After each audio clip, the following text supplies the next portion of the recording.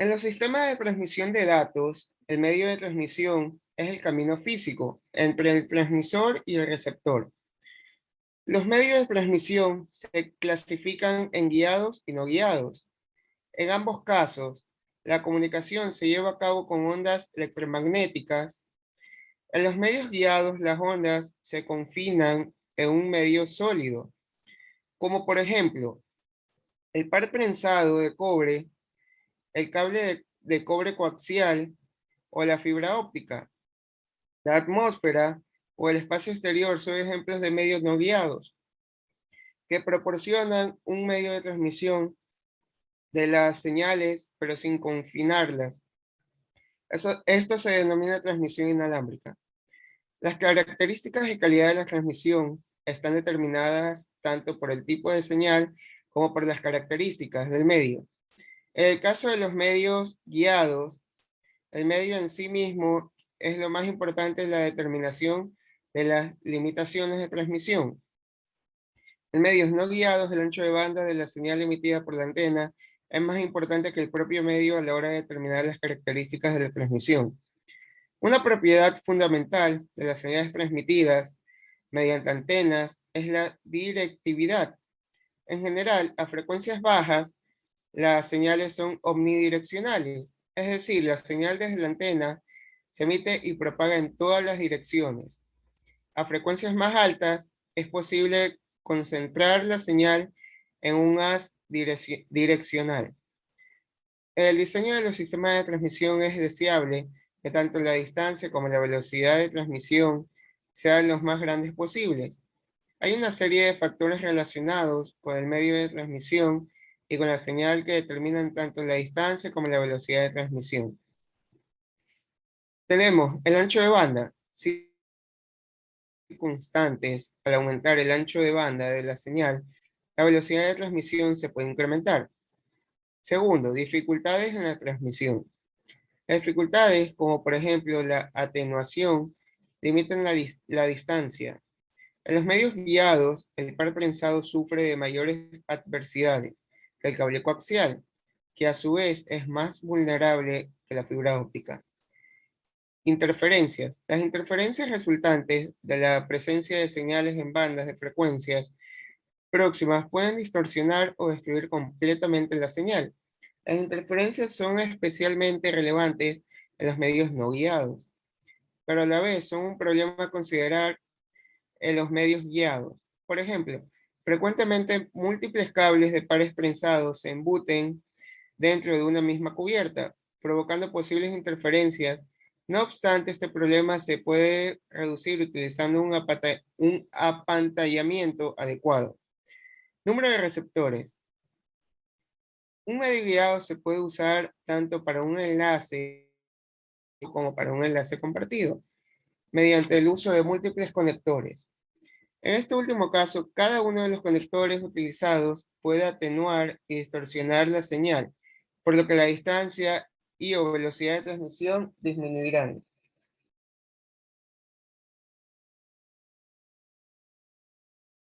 En, en los medios, en la figura 4.1 se muestra el espectro electromagnético, así como la frecuencia a la que operan diferentes técnicas de transmisión sobre medios guiados y no guiados.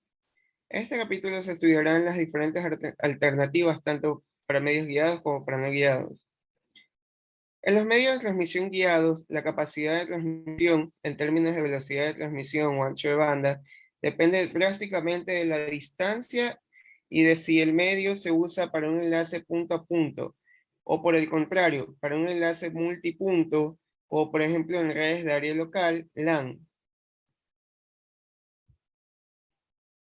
Bien, aquí tenemos lo que es una tabla de la cual voy a proceder a compartirles.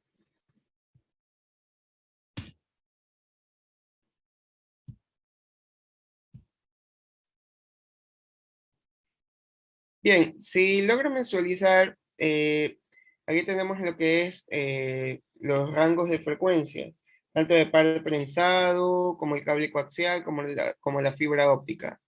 Y obviamente aquí tenemos las divisiones.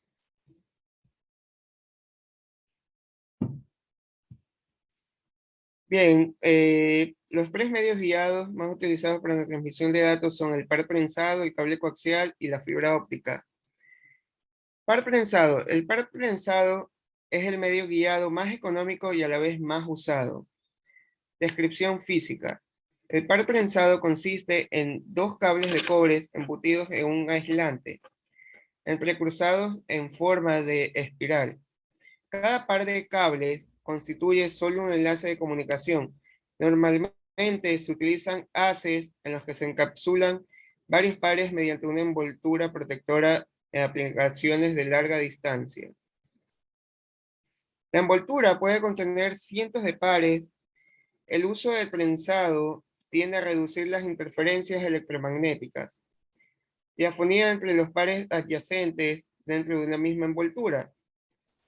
Para este fin, los pares adyacentes dentro de una misma envoltura protectora se trenzan con pasos de torsión diferentes. Para enlaces de larga distancia, la longitud del trenzado varía entre 5 y 15 centímetros. Los conductores que forman el par tienen un grosor que varía entre 0.4 y 0.9 milímetros. Lo que es aplicaciones. Tanto para señales analógicas como para señales digitales, el par trenzado es con diferencia el medio de transmisión más usado. Por supuesto, es el medio más usado en las redes de telefonía. Igualmente su uso es básico en el tendido de redes de comunicación dentro de edificios. En telefonía, el terminal de abonado se conecta a la central local, también denominada central final, mediante cable de par trenzado, denominado bucle de abonado. Igualmente dentro de los edificios y oficinas, cada teléfono se conecta a la central privada mediante un par trenzado. Estas instalaciones basadas en pares trenzados se diseñaron para transportar tráfico de voz mediante señalización analógica. No obstante, con el uso de los módem, esta infraestructura puede utilizarse para transportar tráfico digital a velocidades de transmisión reducidas. El par trenzado es igualmente el más utilizado. Generalmente los pares trenzados se utilizan para las conexiones al conmutador digital o a la PBX digital. Con velocidades de hasta 64 kbps, el par trenzado se utiliza también en redes de área local dentro de los edificios para la conexión de computadores personales. La velocidad típica en esta configuración está en torno a los 10 megabytes. No obstante, recientemente se han desarrollado redes de área local con velocidades entre 100 megabytes y 1 gigabyte mediante pares prensados, aunque estas configuraciones están bastante limitadas por el número de posibles dispositivos conectados y extensión geográfica de la red.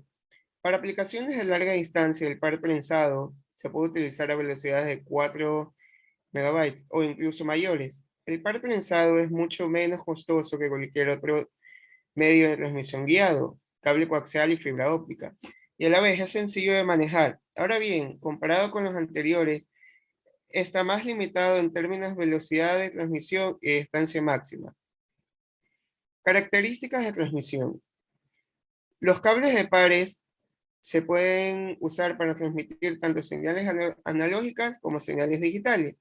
Para señales analógicas se necesitan amplificadores cada 5 o 6 kilómetros.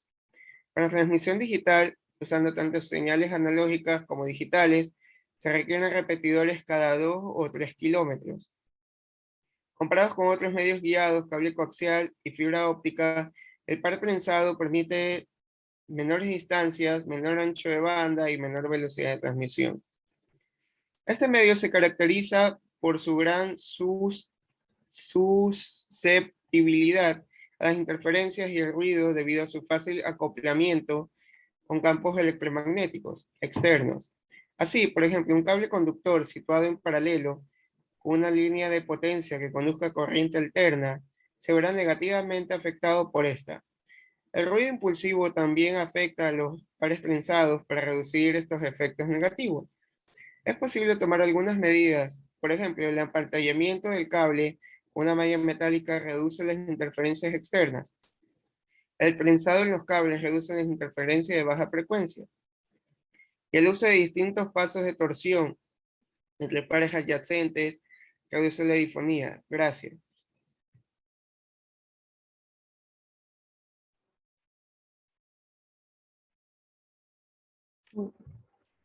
Aquí, aquí como voy a compartir en la pantalla una figura.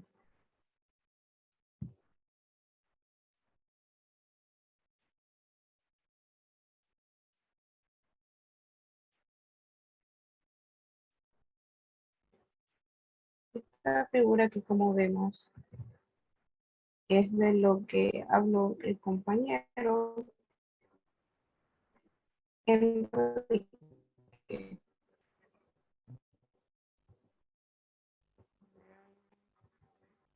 Ya.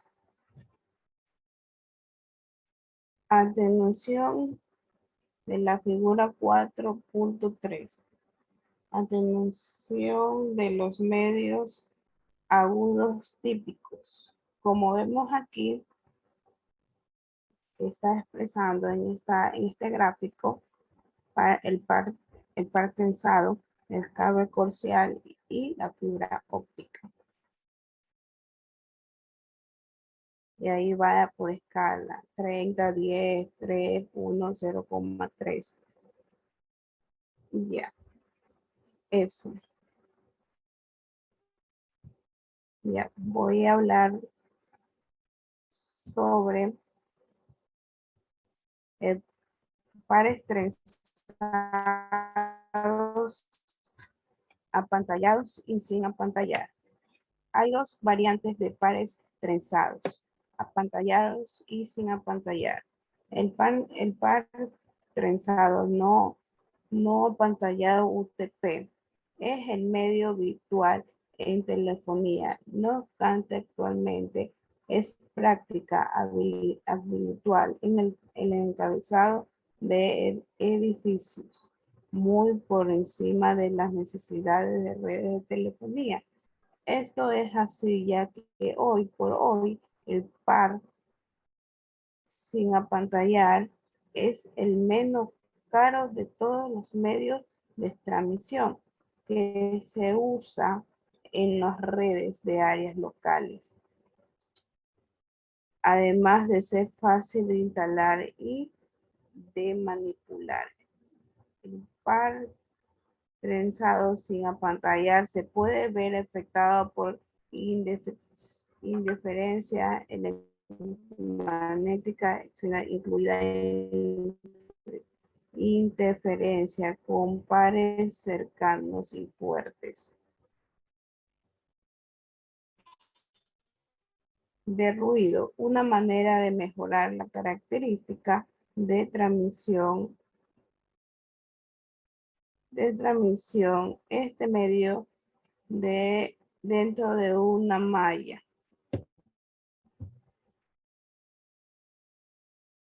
Proporciona la mejoría del resultado de la velocidad de transmisión baja. Ahora bien, este último es más costoso, difícil de manipular en el anterior.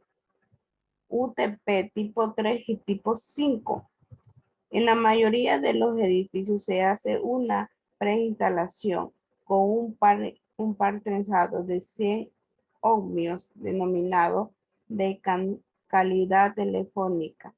Por tanto, este tipo de preinstalación se debe considerar siempre como una alternativa bastante activa por poco costoso por la regla. No obstante, hay que tener en cuenta que la velocidad de transmisión y de la distancia que se puede alcanzar con este medio no siempre cubre la necesidad típica. Yeah. En esta estadística considera tres tipos y categorías de cable UTP. Tipo 3 consiste en cable y su hardware asociado diseñado para frecuencia de hasta 6 megabytes. Tipo 4 consiste en cable en su hardware asociado diseñado para frecuente hasta 20 megabytes. Y el tipo 5 continuamente también asimismo, que es apropiado de 100 megabytes.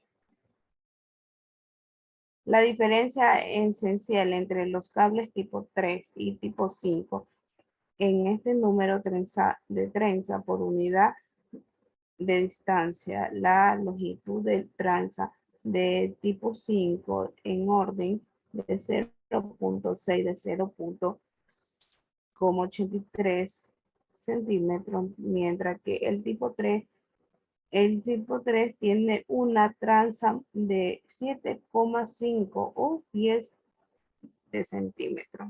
El trenzado de tipo 5 es por supuesto más caro. Ahora bien, proporciona prestaciones superiores en el tipo 3. Ya. La diafonía sufre del sistema basado en paredes trenzadas. En inducción provoca una conducción en otros cercanos por conducción dentro de tantos pares en forma de cables como pines. Pantallas metales del contexto. Este tipo de diafonía se denomina cercano al extremo porque la señal transmitida en el enlace se completa en un conductor cercano índice de una señal sentida contraria, es decir, la energía transmitida es una captura por un par de restricción. A continuación voy a mostrar una tabla de 4.2. De 4.2. Bueno, aquí vemos la tabla. Comparación de pares trenzados, pantallados y sin apantallar. Aquí vemos la frecuencia. El UTP tipo 3, el UTP tipo 5, el STP 150 ohmios y UTP tipo 3 y el UTP tipo 5 y acá vemos el STP 150 ohmios. Y aquí está la numeración de cada uno de ellos. Atenuación de dB por 100 m y difonía del extremo al final de dm.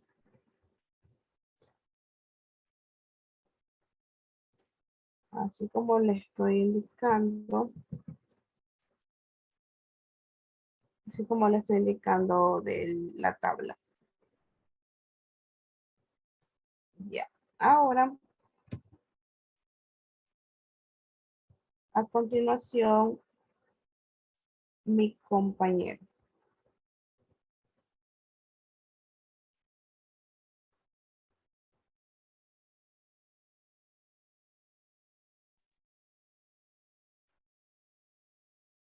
Buenas noches. Continuamos con la lectura.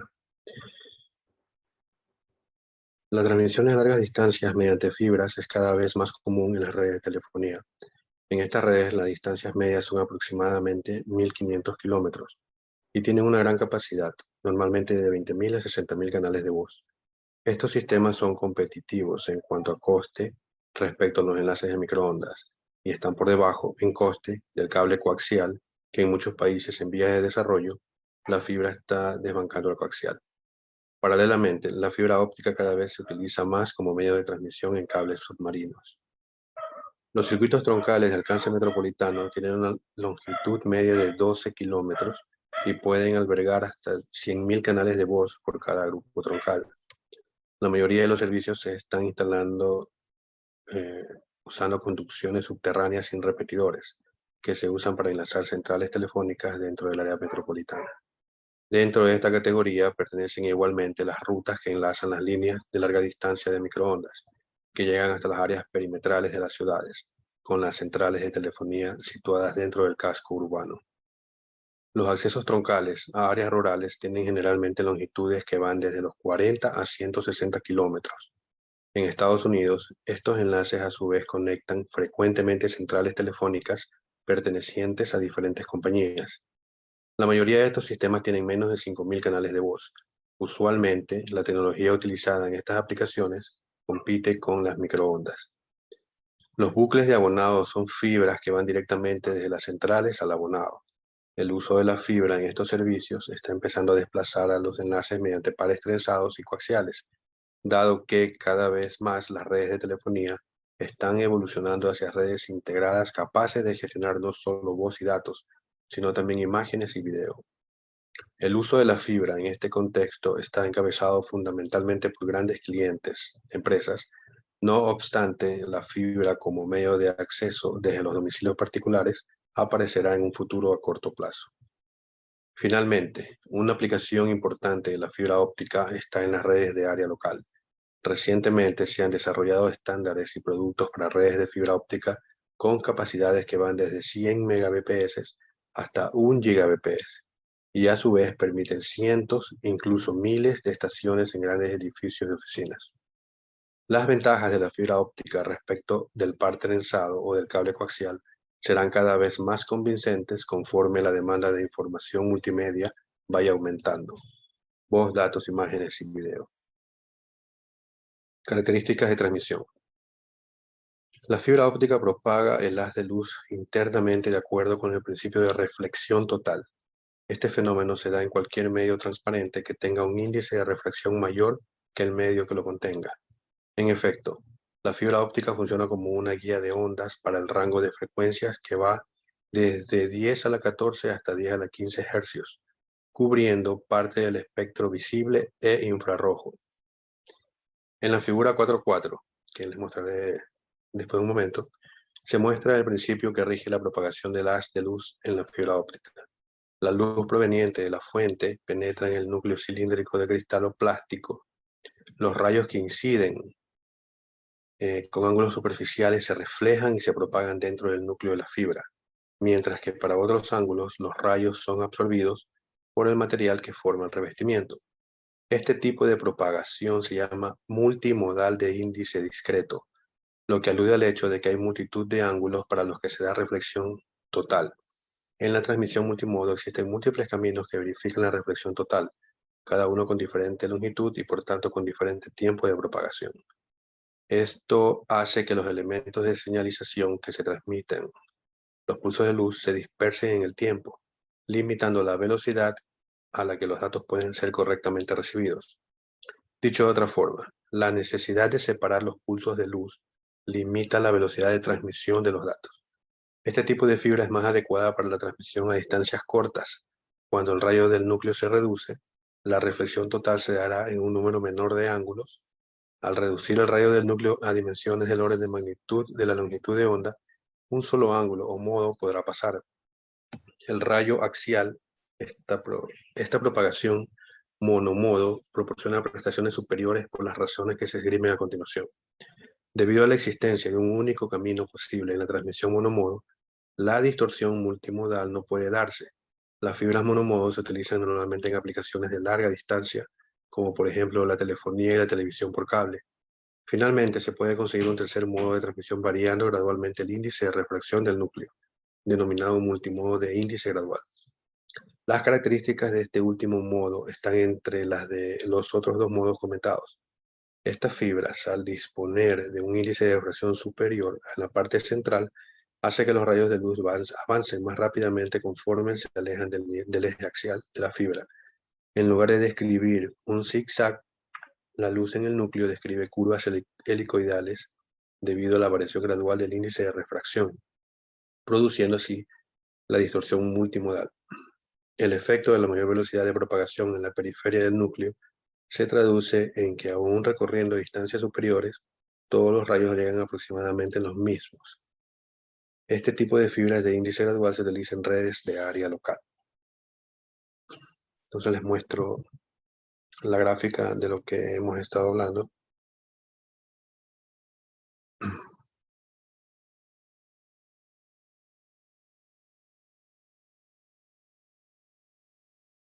Entonces aquí se puede ver esta gráfica, la 4.4. La primera parte es el multimodo de índice discreto, donde el pulso de entrada, si se dan cuenta, se va distorsionando hasta tener un pulso de salida distorsionado, ¿no? Dado por el ancho del canal y las múltiples reflexiones que se dan, los múltiples ángulos de reflexiones que da ese canal. Luego conversaba acerca de la fibra monomodo, que es la última gráfica de aquí, donde el pulso de entrada es prácticamente el mismo en el pulso de salida. Dado que la longitud de onda que está pasando por ese canal es un canal tan pequeño que prácticamente no hay refracción y por lo tanto la onda sale igual prácticamente. Y en este tipo de fibras monomodo se pueden transmitir a largas distancias. Y en la parte central vemos el multimodo de índice gradual, donde casi es una combinación entre las dos anteriores. Y se ve que el canal central es más pequeño y tiene un eje central por donde, bueno, como un multimodo, como un monomodo, y en donde las reflexiones son pequeñas. Y se dan cuenta que el pulso de entrada es similar al de salida. Okay. Continuemos.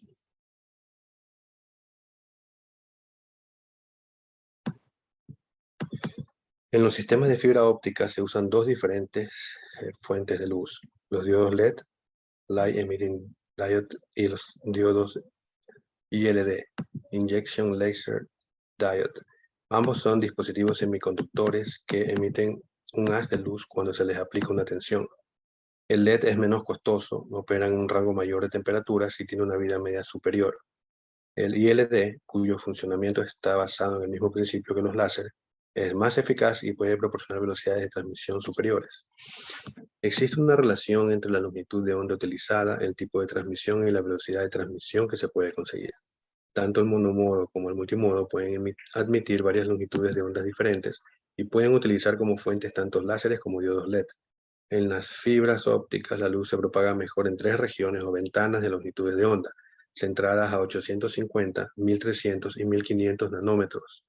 Todas estas frecuencias están en la zona infrarroja del espectro, por debajo del espectro visible, que está situado entre los 400 y 700 nanómetros. Las pérdidas son menores cuanto mayor es la longitud de onda, permitiendo así mayores velocidades de transmisión sobre distancias superiores.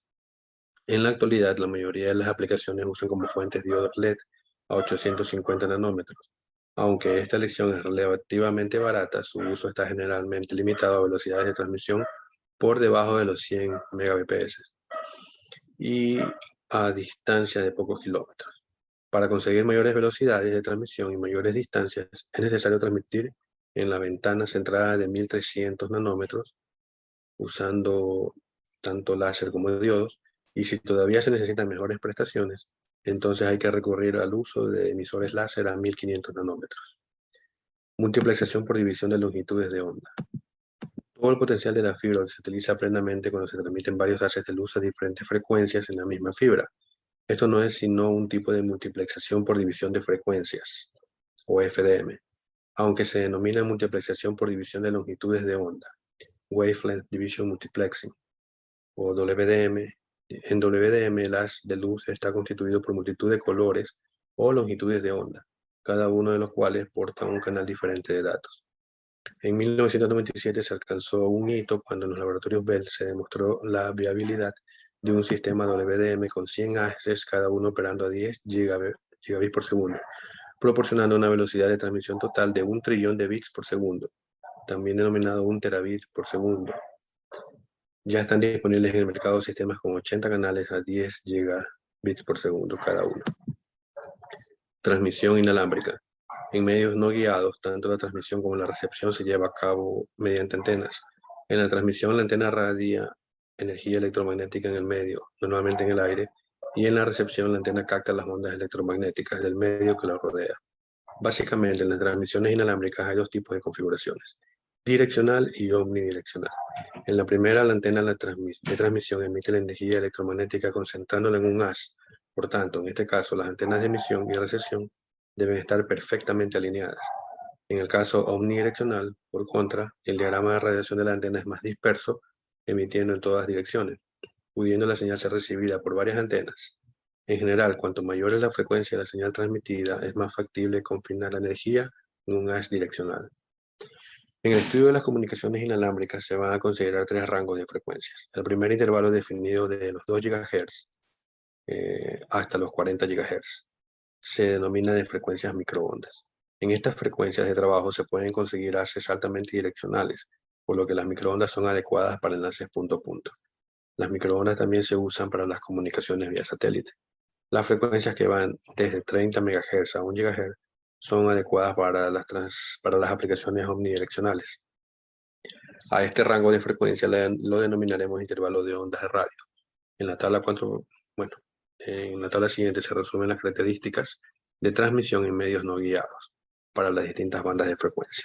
Las microondas cubren parte de la banda de UHF y cubren totalmente la banda SHF. La banda de ondas de radio cubre la VHF y parte de la banda UHF. Eso es todo por mi parte, gracias. Ok, a continuación voy a compartir lo que es ahorita, en la cual se muestra las características de las bandas de comunicaciones no guiadas, acorde a lo mencionado anteriormente por mi compañero, ¿no? Entonces, vamos a continuar con la lectura. Y podemos decir que otro rango de frecuencias importante para las aplicaciones de cobertura local es la zona de infrarrojos del espectro, definida aproximadamente por el rango de frecuencias comprendido entre los 3 por 10 elevado a la 11 hasta los 2 por 10 elevado a la 14 Hz. Los infrarrojos son útiles para las conexiones locales punto a punto, así como para aplicaciones multipunto dentro de áreas de cobertura limitada, como por ejemplo una habitación. En lo que corresponde a microondas terrestres, podemos decir que es la antena más común en los microondas de tipo parabólico. Tamaño típico es de un diámetro de unos 3 metros. Esta antena es fija rígidamente y en este caso el haz estrecho debe estar perfectamente enfocado hacia la antena receptora. Las antenas de microondas se sitúan a una altura apreciable sobre el nivel del suelo, para con ello conseguir mayores separaciones posibles entre ellas y para evitar posibles obstáculos en la transmisión. Si no hay obstáculos intermedios, la distancia máxima entre antenas verifica. Tenemos la fórmula aquí, en donde D es la distancia de separación entre las antenas expresada en kilómetros, H la altura de la antena en metros y K es un factor de corrección que tiene en cuenta que las microondas se desvían o refractan con la curvatura de la Tierra, llegando, por lo tanto, más lejos de lo que harían si se propagasen en línea recta. Ahora, el uso principal de los sistemas de microondas terrestres son los servicios de telecomunicación de larga distancia, como alternativa al cable coaxial o a las fibras ópticas. Para una distancia dada, las microondas requieren menor número de repetidores o amplificadores que el cable coaxial, pero por contra necesita que las antenas estén perfectamente alineadas. El uso de las microondas es frecuente en la transmisión de televisión y de voz. Las características de transmisión, podemos decir que el rango de los microondas cubre una gran parte sustancial del espectro electromagnético. La banda de frecuencias está comprendida entre 2 y 40 GHz. Cuanto mayor sea la frecuencia utilizada, mayor es el ancho de banda potencial y por tanto mayor es la posible velocidad de transmisión que se va a mostrar posteriormente en la tabla 4.4, diversos valores de banda ancha y de velocidad de transmisión de datos para algunos sistemas típicos, en donde vamos a decir que D es la distancia y bueno, no recuerdo bien el nombre de este símbolo, es la longitud de onda, expresadas en las mismas unidades. Por tanto, las pérdidas varían con el cuadrado de la distancia. Por contra, en el cable coaxial y par trenzado, las pérdidas tienen una dependencia logarítmica con la distancia, que en este caso es lineal, en decibelios. Por lo tanto, en los sistemas que usan microondas, los amplificadores o repetidores se pueden distanciar más que en coaxiales y pares trenzados, aproximadamente de 10 a 100 kilómetros generalmente. Entonces, las bandas más usuales en la transmisión a larga distancia se sitúan entre 4 GHz y 6 GHz. Debido a la creciente congestión que están sufriendo estas bandas, la banda de 11 GHz se está empezando a utilizar Igual que la banda de 12 GHz que se usa para proporcionar la señal de televisión a las cabeceras de distribución de televisión por cable, en las que para llegar al abonado se utiliza un cable coaxial. Finalmente, cabe citar que las microondas de alta frecuencia se están utilizando para enlaces cortos, punto a punto entre edificios. A continuación les presento lo que viene a ser la tabla 4.4, en donde podemos ver las prestaciones de microondas digitales típicos. ¿Ok? Entonces, ahora, volviendo a la lectura. Para tal fin se usa generalmente la banda de 22 GHz. Las bandas de frecuencias superiores son menos útiles para distancias más cortas. Y además, a frecuencias superiores las antenas son más pequeñas y más baratas. ¿Ok? Ahora,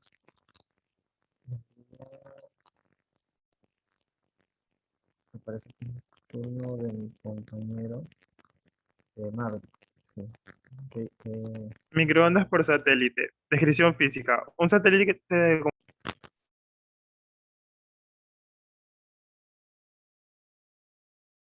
microondas por satélite. Descripción física. Un satélite de comunicaciones es esencialmente una estación que transmite microondas. Se usa como enlace entre dos o más receptores transmisores terrestres, denominados estaciones base. El satélite recibe la señal de una banda de frecuencia, canal ascendente, la amplifica o repite y posteriormente la retransmite en otra banda de frecuencia, canal descendente. Cada uno de los satélites geoestacionarios opera en una serie de bandas de frecuencia llamadas transponder channels o simplemente transponder. La figura 4.5 muestra dos configuraciones usuales en las comunicaciones vía satélite. En la primera de ellas, el satélite se utiliza para proporcionar un enlace punto a punto entre dos antenas terrestres alejadas entre sí. En la segunda, el satélite se usa para conectar una estación base transmisora con un conjunto de receptores terrestres.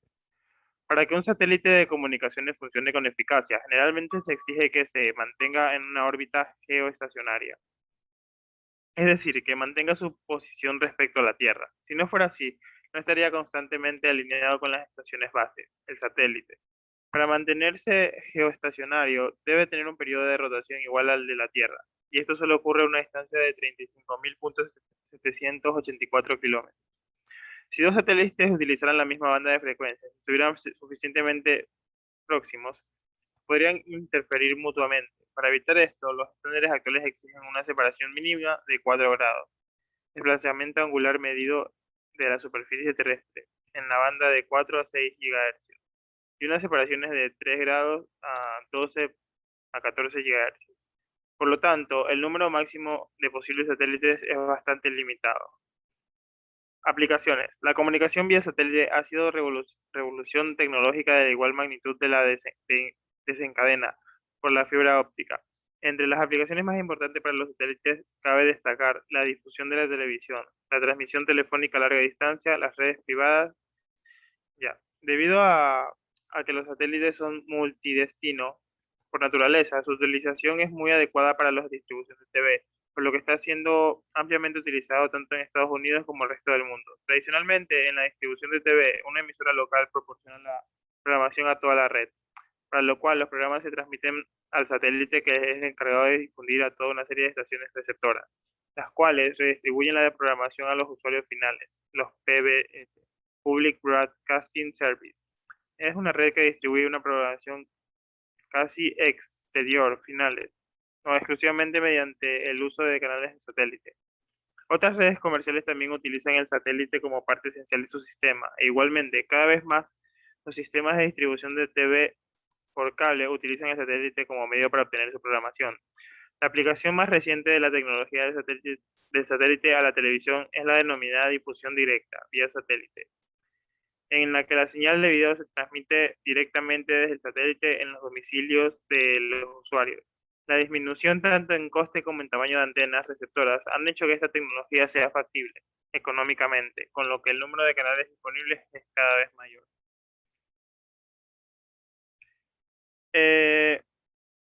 Características de transmisión. El rango de frecuencias óptimos para la transmisión vía satélite está en el intervalo comprendido entre 1 y 10 GHz. por debajo de 1 GHz, el ruido producido por causas naturales es apreciable, incluyendo el ruido galáctico, solar, atmosférico y el producido por interferencias con otros dispositivos electrónicos, por encima de los 10 GHz.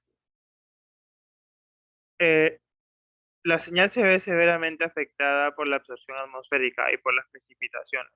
La mayoría de los satélites que proporcionan servicio de enlace punto a punto operan en el intervalo entre 5.925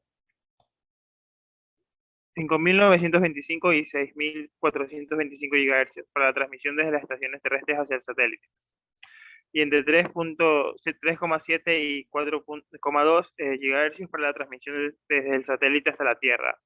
Esta combinación se conoce como banda 4,6 GHz. Nótese que las frecuencias ascendentes son diferentes de las descendentes, en una transmisión continua y sin interferencias. El satélite no podía transmitir y recibir en el mismo rango de frecuencias. Así pues, las señales que reciben desde la estación terrestre en una frecuencia dada se deberá devolver en la otra distinta.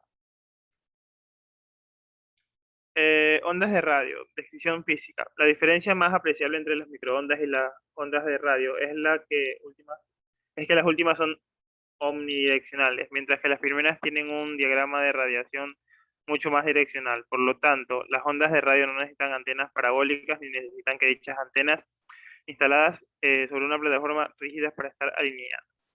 Aplicaciones. Con el término radio se alude de una manera poco precisa a todas las bandas de frecuencia de 3 a 300 GHz. Aquí es una manera informal, se está utilizando el término ondas de radio para aludir a la banda VHF, en parte de la UHF, de 30 a 1 GHz. Este rango cubre la radio comercial FM, así como la televisión UHF y VHF. Este rango también se utiliza para una serie de aplicaciones de redes de datos. Características de transmisión. El rango de frecuencia comprendido entre 30 a 1 GHz es muy adecuado para la difusión simultánea a varios destinos, a diferencia de las ondas electromagnéticas con frecuencias menores. La ionosfera es transparente para ondas con frecuencias superiores a 30 MHz. Así pues, la transmisión es posible cuando las antenas están alineadas. Infrarrojos. Las comunicaciones mediante infrarrojos se llevan a cabo mediante transmisores receptores que modulan luz infrarroja no coherente. Los transceivers deben estar alineados bien directamente o mediante la reflexión de una superficie coloreada, como puede ser el techo de una habitación. Una diferencia significativa entre la transmisión de rayos infrarrojos y la de microondas es que los primeros no pueden atravesar las paredes. Por tanto, los problemas de seguridad y de interferencias que aparecen en las microondas no se presentan en este tipo de transmisión. Es más, no hay problemas desde la asignación de frecuencias, ya que es una banda que no necesita permisos. Gracias.